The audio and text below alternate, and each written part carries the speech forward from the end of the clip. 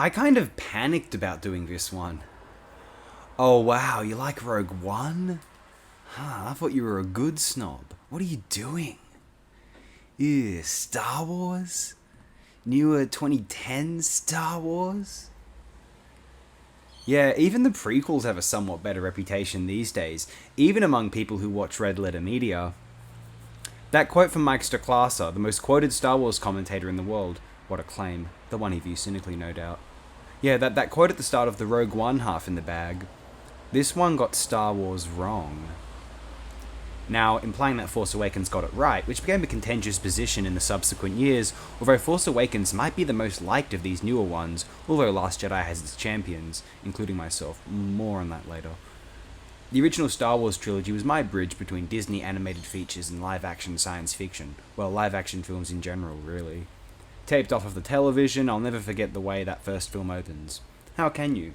A formative experience comparable to when I viewed The Wizard of Oz, Bambi, or Toy Story 2. I remember viewing The Phantom Menace and Attack of the Clones, they were huge, but it was only Revenge of the Sith which I saw at the cinema. A gnarly experience, although I actually had no idea what was going on, as I hadn't really registered the plot synopsises of the two prior prequels, as it were. Revenge of the Sith was a very grown-up movie, it was kind of nuts. I remember being enthralled by its seriousness and aggression. I turned 9 that year, to put things in perspective.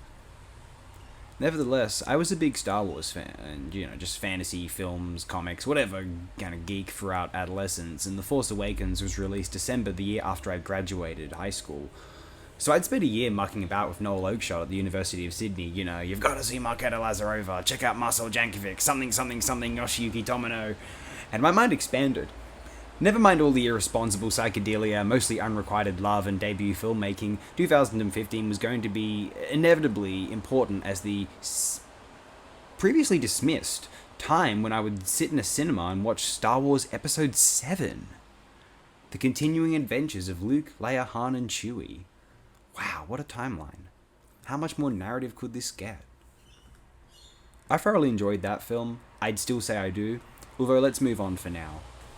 For next year, one of the most regrettable in our species' history, saw the parallel premiere of mid-quel thing Rogue One, a Star Wars story. And I liked it a fair bit more than The Force Awakens. To say that one loves Rogue One is almost considered like an admission that one doesn't take films seriously, or worse, is too insipid to. You just want to see Star Wars original trilogy imagery with some cinematic Hollywood post-90s grit and modern VFX. May as well have Star Wars be an entry of the Marvel Cinematic Universe. Whilst I wouldn't dismiss the film in such terms, I have to admit, conversely, I would be enticed to view the film had I heard it dismissed in such terms beforehand. Hey, that sounds like great fun. Stoklasa stated after the legendary Rich Evans questions how Rogue One could have gotten Star Wars wrong, that Rogue One got the fan version of Star Wars right. It certainly did, and I love it for that. No, I'm not seriously comparing this film in quality to the first two Star Wars films, or the technical ambitions, the pre-Avatar precedents of Revenge of the Sith, and I'm not even claiming it greater than The Last Jedi, which I considered the more impressive overall of these newer outings. But if I love Return of the Jedi, it isn't too difficult for me to love Rogue One. Obviously, Return of the Jedi benefits, and is frankly the overall superior to Rogue One, due to its half-lavish, expensive celluloid, well-lit sets, George Lucas overseeing and all of that, plus some genuine emotional prowess, dare I still say. But it is so inferior to its two predecessors, and so much of the appeal is admiring the action figure fantasies playing out on the screen, and with the most generous funding in Hollywood history. Rogue One is that for the age of fan art, video games, and even more detailed, costlier action figures. On video games specifically, as someone who played hours of the Rogue Squadron games on Nintendo 64 and GameCube, I cannot help but love silly old fucking Rogue One. This film has a disposable narrative, exists for action set pieces, and really goes out of its way to be badass and the like. Yeah. I will say, I love that it relegated its comic relief to one character, its best, K2SO, which was so much better than the Whedon-esque quippiness of The Force Awakens, in my opinion, definitely. Speaking of Whedon, thanks Alan Tudyk, Wash, for a very entertaining performance. It has been said that, no one would like this film if it wasn't set in the Star Wars mythos. Well, I guess. The Star Wars original trilogy aesthetic, Rebels vs. Star Destroyers, of a grain of grunginess, all of the futuristic to us technology is dirty or stained. Well, I love that aesthetic so much, but I imagine it wouldn't be that hard to please me if a generic stock standard space opera was set in that universe with a high enough budget, a modicum of style, and a distinct directorial vision. I'd absolutely eat it up. And so I did. And I felt a bit similarly to how I felt about its director's prior film, 2014's Godzilla. Gareth Edwards composed a magnificent Godzilla picture, beautifully directed, some of the most satiating stylization in contemporary blockbuster cinema, or genre cinema in general, period, marred by human fluff, I suppose, but as with Rogue One, I don't particularly care. I find it ignorable, which is all I want, frankly, is for a film's apparent flaws to be ignorable or render you as a viewer apathetic to them. Rogue One is such a product of the 2010s. Greig Fraser's cinematography is some of the most indicative of that chrome, uber-crisp, clean 2010s sci-fi feature aesthetic, which tries to combine genuine grit and realism as well. Naturally, in that aesthetic formula's masterwork, Villeneuve's Dune, Fraser was hired to capture it. I understand all of the hatred toward this film, but I love how Gareth Edwards chose to direct much of the action. The melee combat seemed a bit un-Star Wars, but also merely adequate.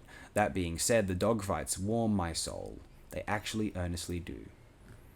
Also, some love must be given to the most talented person involved with this film, Jiang Wen. A legendary figure in the context of Chinese cinema, Jiang Wen started some of the pivotal works from the fifth generation of Chinese filmmakers, before directing three utterly outstanding films of his own in 1994's In the Heat of the Sun, 2000's Devil on the Doorsteps, and especially 2007's The Sun Also Rises. After that, it seems his directorial output becomes questionable. In Rogue One, Jiang Wen portrays Baze Malbus, the guy with the big blaster rifle who hangs out with Donnie Yen's character. I find Jiang Wen to be effortlessly charismatic and likable in this film. I imagine a lot of other people who liked Rogue One enjoyed this character without possibly knowing who Jiang Wen is, and I assure you all that he is the reason why you like him so much. He injects tremendous charm into his role. What an absolute pro. I feel quite happy watching Rogue One. Maybe that is an indictment of me. I don't know. I'll let you all decide upon that in the comments.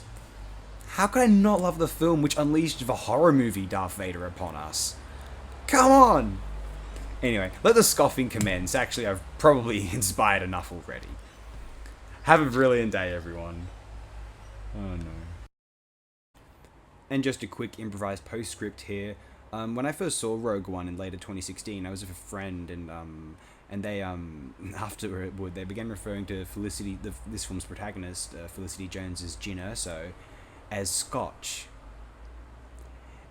And from that point on, she's been Scotch to me. I look at her in the film, if I ever think about Rogue One, and I'm like, oh yeah, it's the adventures of Scotch. So when I'm watching this film, I'm just watching, Felicity Jones run about, and I'm just like, oh, look at you go, Scotch. Yeah, save the day, you can do it.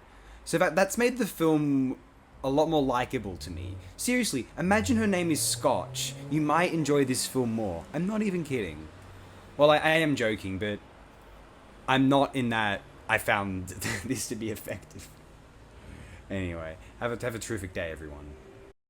Oh, and one last thing. If I had to cut something out of this film, just one thing, I don't want Darth Vader to say don't choke on your ambitions. I just don't.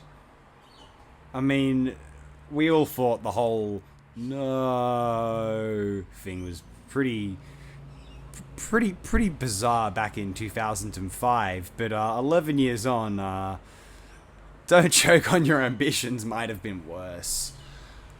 Anyway, no, seriously, have a great day, everyone.